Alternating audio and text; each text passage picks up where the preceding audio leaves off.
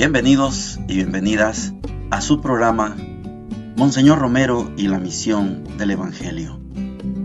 Un programa que lleva dos objetivos: conocer a Monseñor Romero y estudiar la Sagrada Escritura con un juicio crítico desde la teología de la liberación. Cada día tendremos un encuentro con Monseñor Romero y con el Dios de Jesús.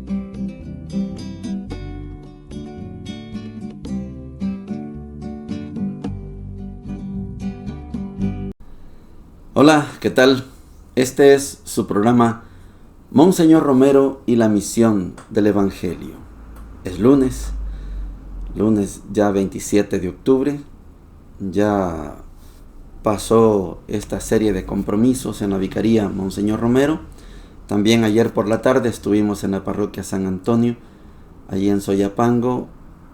Ahí es una disertación sobre las misiones, los desafíos de la misión en el siglo XXI. Y quiero decirles que gracias a Dios, el párroco y su equipo nos autorizaron recoger la grabación, de tal manera que en cualquier momentito vamos a estar editando y subiendo la disertación.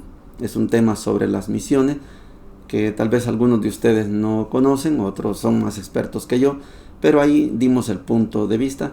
En cualquier momento estará en el canal Monseñor Romero y la misión del Evangelio, va a estar este tema impartido ayer a las 2:30 por ahí de la tarde en la parroquia San Antonio en Soyapango.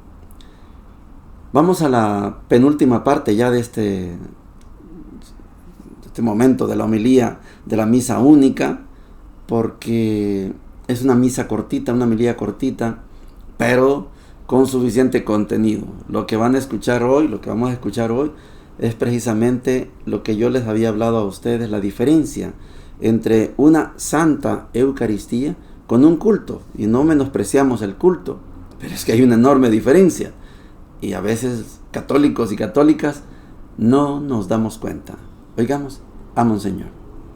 Estén seguros, hermanos, que la línea evangélica que la arquidiócesis ha emprendido es auténtica, y a todos aquellos que con los queridos sacerdotes colaboran, religiosas y laicos, estén firmes en su puesto mientras estén en comunión con su obispo. Y este es el significado de hoy: una autorización del obispo, maestro auténtico de la fe, para que todos aquellos que están en comunión con él sepan que predican una doctrina que está en comunión con el Papa y por tanto verdadera doctrina de nuestro Señor Jesucristo. Queridos hermanos,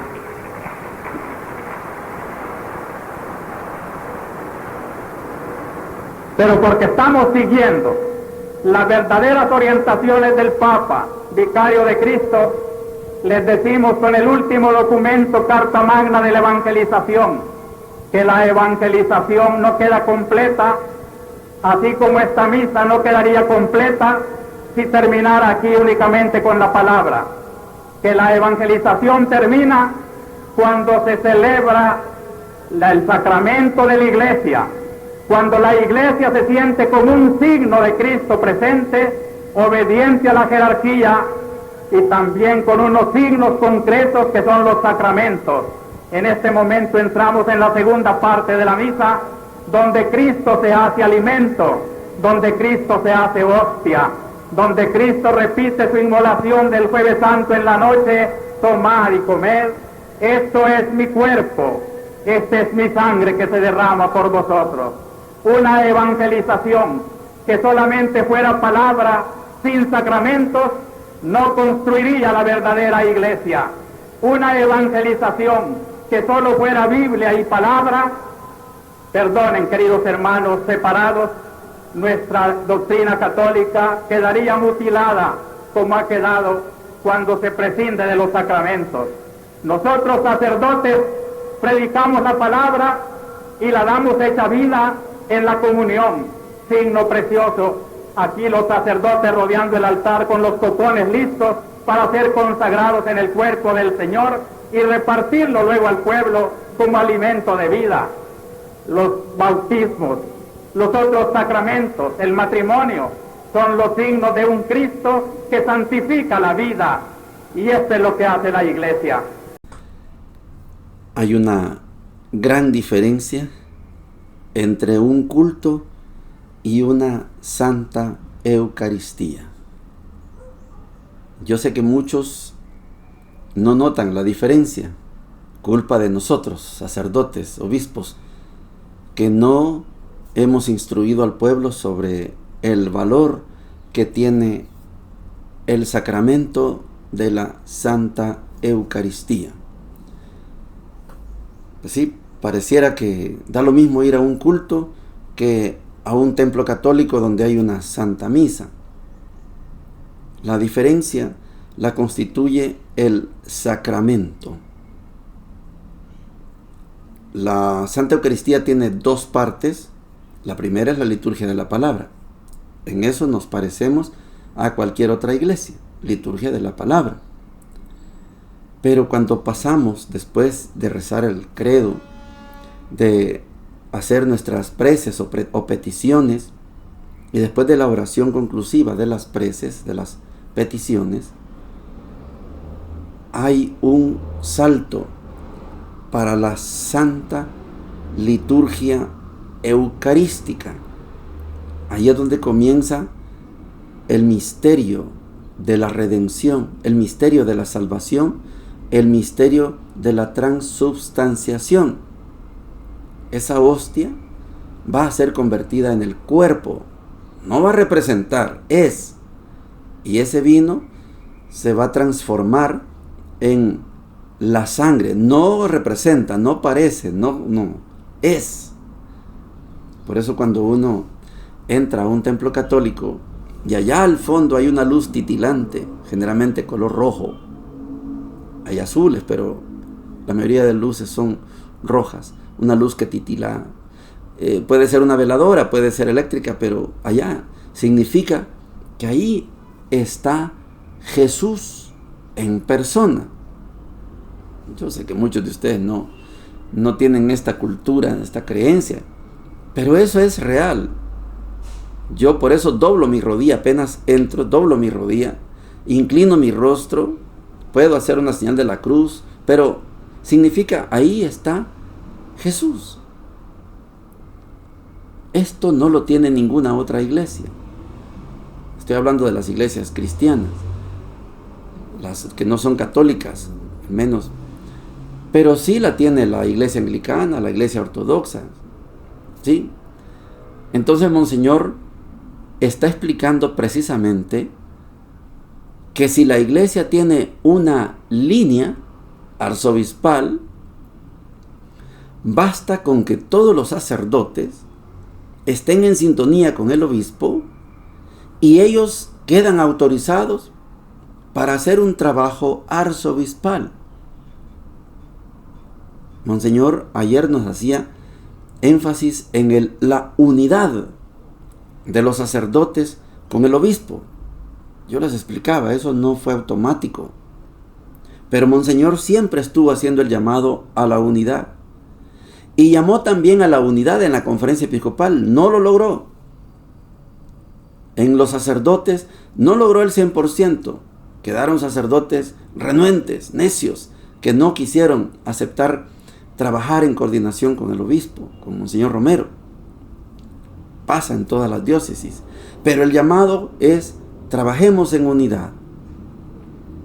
Y por eso convoca a esta misa única, para que todos los sacerdotes y él le hablen al mundo que con la vida de los sacerdotes no se juega. Han matado a Rutilio.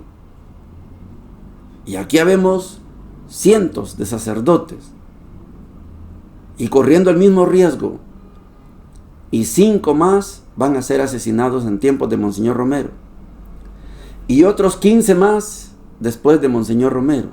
Sumamos 20 sacerdotes asesinados. Claro, pero todos trabajando en sintonía y en armonía. No importa que venga la muerte. Lo importante es que la iglesia arquidiocesana, que Monseñor Romero tiene una línea pastoral bien definida. Estamos al servicio del pueblo. Y esto es lo que está haciendo la iglesia. Aquí están los sacerdotes ya con sus copones listos. Porque la palabra que se predica se convierte en sacramento a la hora que se recibe la comunión. Qué bonito cuando alguien entiende estas dos dimensiones, la dimensión de la palabra y la dimensión de la Eucaristía. Somos sacerdotes o no sacerdotes, somos laicos, pero entendemos esto muy bien. Por eso yo no es que voy a ir a misa aunque sea a la bendición. No. Hay que ir desde el principio para estar en la liturgia de la palabra y hay que quedarse hasta el final para vivir la liturgia eucarística. Todo es unidad. Todo forma un solo sacramento, la Santa Eucaristía. Vamos a las lecturas. La catequesis sigue con Romanos. Estamos en el capítulo 8, del 12 al 17. Dice lo siguiente: estamos en deuda, pero no con la carne para vivir carnalmente. Pues si viven según la carne, van a la muerte. Pero si con el Espíritu dan muerte a las obras del cuerpo, vivirán. Los que se dejan llevar por el Espíritu de Dios, esos son hijos de Dios. Han recibido no un espíritu de esclavitud para recaer en el temor, sino un espíritu de hijos adoptivos que nos hace gritar: Abba, Padre. Ese espíritu y nuestro espíritu dan un testimonio concorde que somos hijos de Dios. Y si somos hijos, también herederos de Dios y coherederos con Cristo, ya que sufrimos con Él, para ser también con Él glorificados. Palabra de Dios, te alabamos, Señor. Hay un tema muy delicado en esto, que San Pablo se reconoce y nos reconoce a todos y todas como hijos adoptivos. La teología más reciente, sobre todo de las palabras de Monseñor Romero, no se conforman con que seamos hijos adoptivos. Yo he explicado bastante sobre esto, la figura de San José. ¿San José es padre adoptivo de Jesús? No, la iglesia le llama padre putativo. ¿Cuál es la diferencia? Adoptivo es el que hace las veces de papá. Padre adoptivo es alguien que, pues si no está el verdadero papá, yo me hago cargo, yo hago las veces de papá. Ese es un padre adoptivo. Pero padre putativo es el que realmente es papá. Y de esa experiencia teológica que la iglesia enseña, no padre adoptivo, sino padre putativo, yo también, junto con otros estudiosos, sí decimos, nosotros no somos hijos adoptivos, somos hijos putativos, somos realmente hijos, no coherederos, no, somos herederos. Pero San Pablo alcanzó a llegar hasta la figura de hijos adoptivos.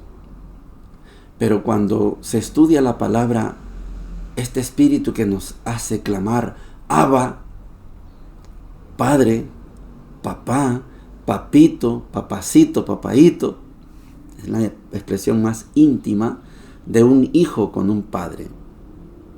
No es una expresión de un hijo adoptivo, no, de un hijo verdaderamente hijo. Monseñor tiene, algún día vamos a estudiar esta homilía, tiene esta homilía donde él explica que cuando Jesús nos enseña a decir, ustedes oren así, Padre nuestro, no nos dijo Padre adoptivo, no, Padre nuestro.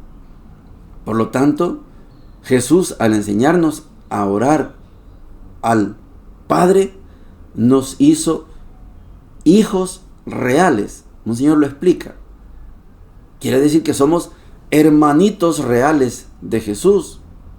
Y no se me enojen los hermanos de las iglesias evangélicas. Pero es que al ser hermanitos de Jesús, nos convertimos en hijos de María. María no es madre adoptiva nuestra, es madre real, porque somos hermanitos reales de Jesús. Este es un tema, como les digo, delicado, pero es un tema teológico.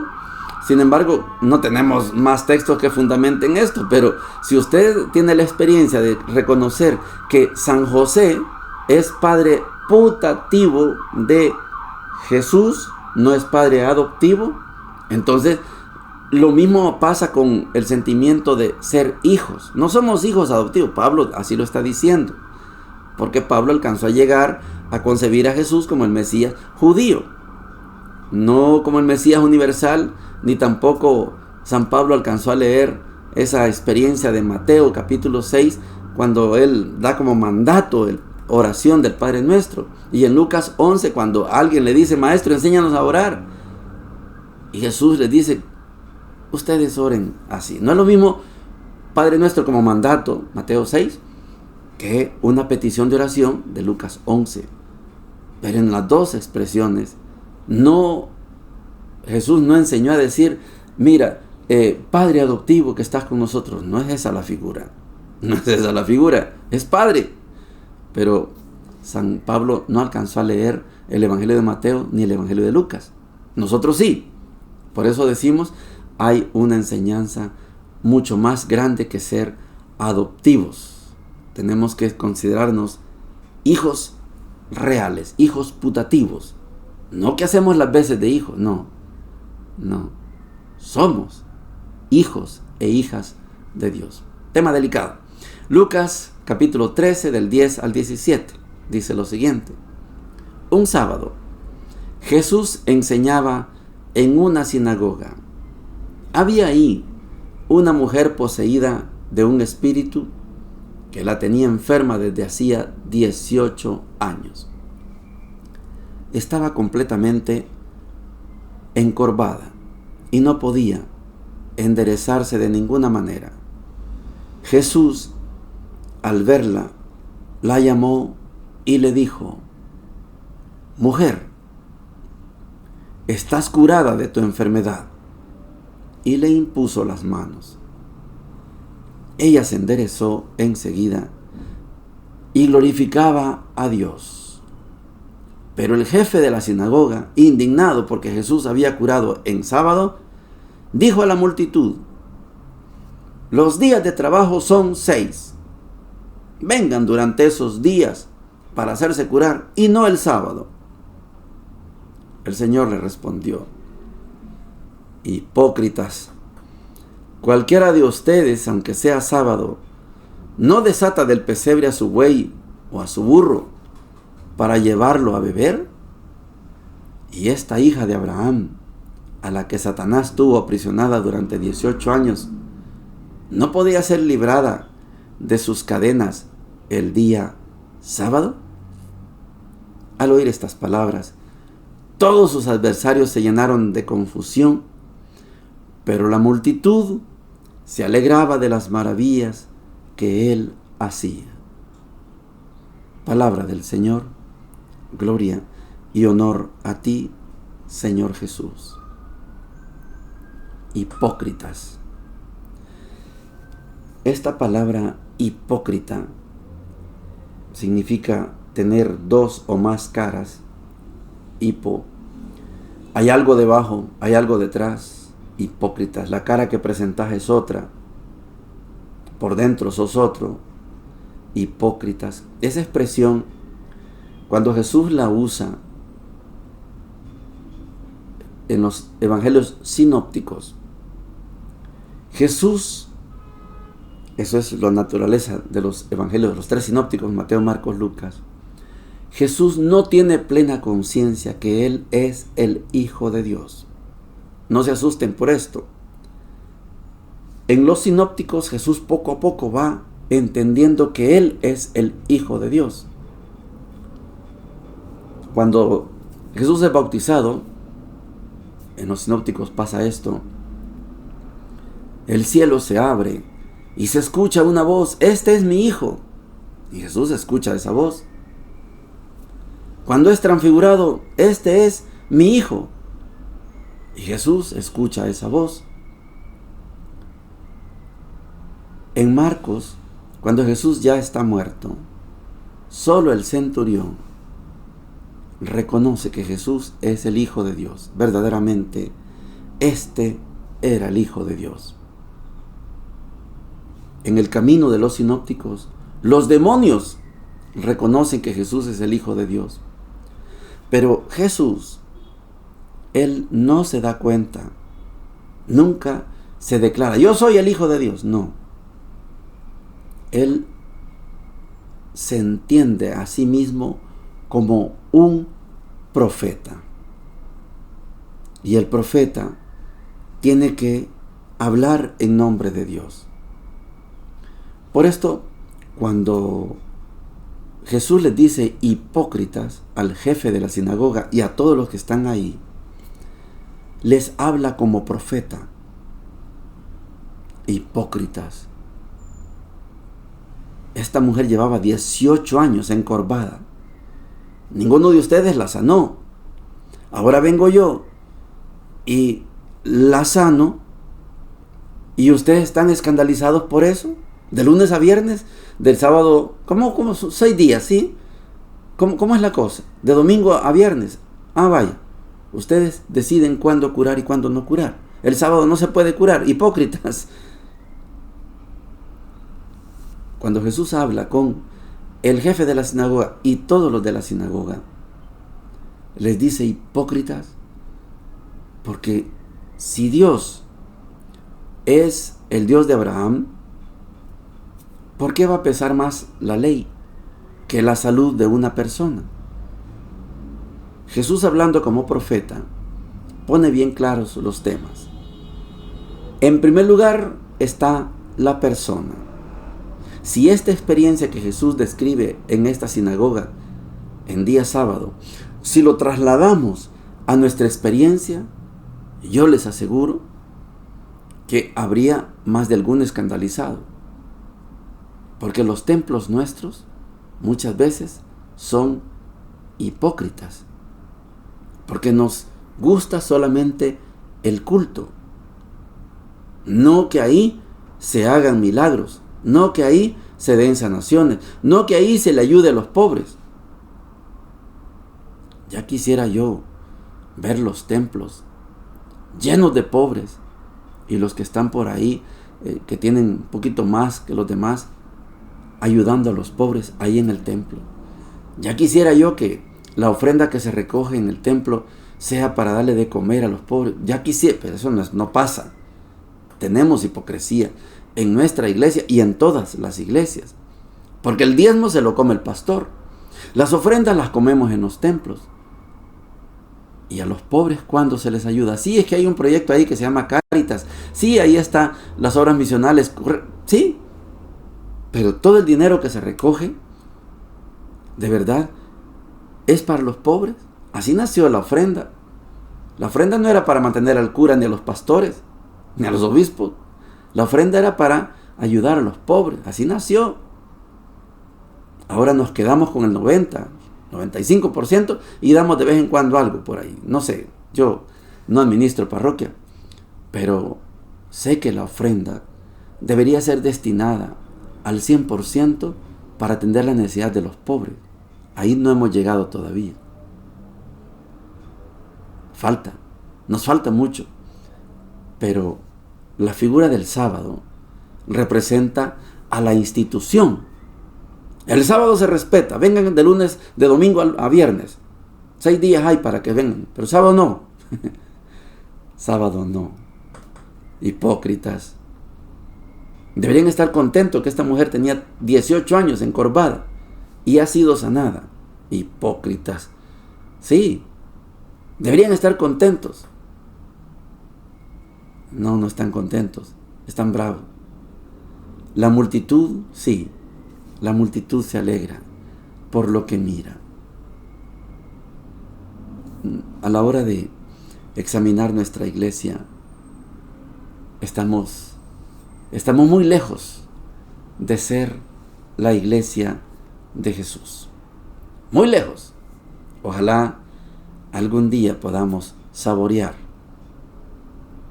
esta dulzura que predicó Jesús. El lugar principal lo deben ocupar los pobres. Por eso, cuando hemos estudiado la historia de la iglesia, comparamos la opción en Medellín, la opción en Puebla. La opción en Puebla, opción preferencial por los pobres. La opción en Medellín, la opción por los pobres. Yo me quedo con Medellín. La opción por los pobres. Ellos, ellas, los pobres, las pobres, deben ser el motivo principal de ser de la iglesia, la razón fundamental. Muchas veces, la razón fundamental de nuestra iglesia son los poderosos. A veces, nuestra iglesia se ha hecho aliada de los gobiernos, de los estados. Dios nos libre. Yo soy de la iglesia de Monseñor Romero, que nunca quiso estar con los poderosos ni con el gobierno, que siempre quiso estar con los pobres. Yo les invito, de uno en uno aunque sea, pero seamos de la iglesia de Monseñor Romero. Bendiciones para todos y para todas. Hemos presentado Monseñor Romero y la misión del Evangelio. Hasta la próxima.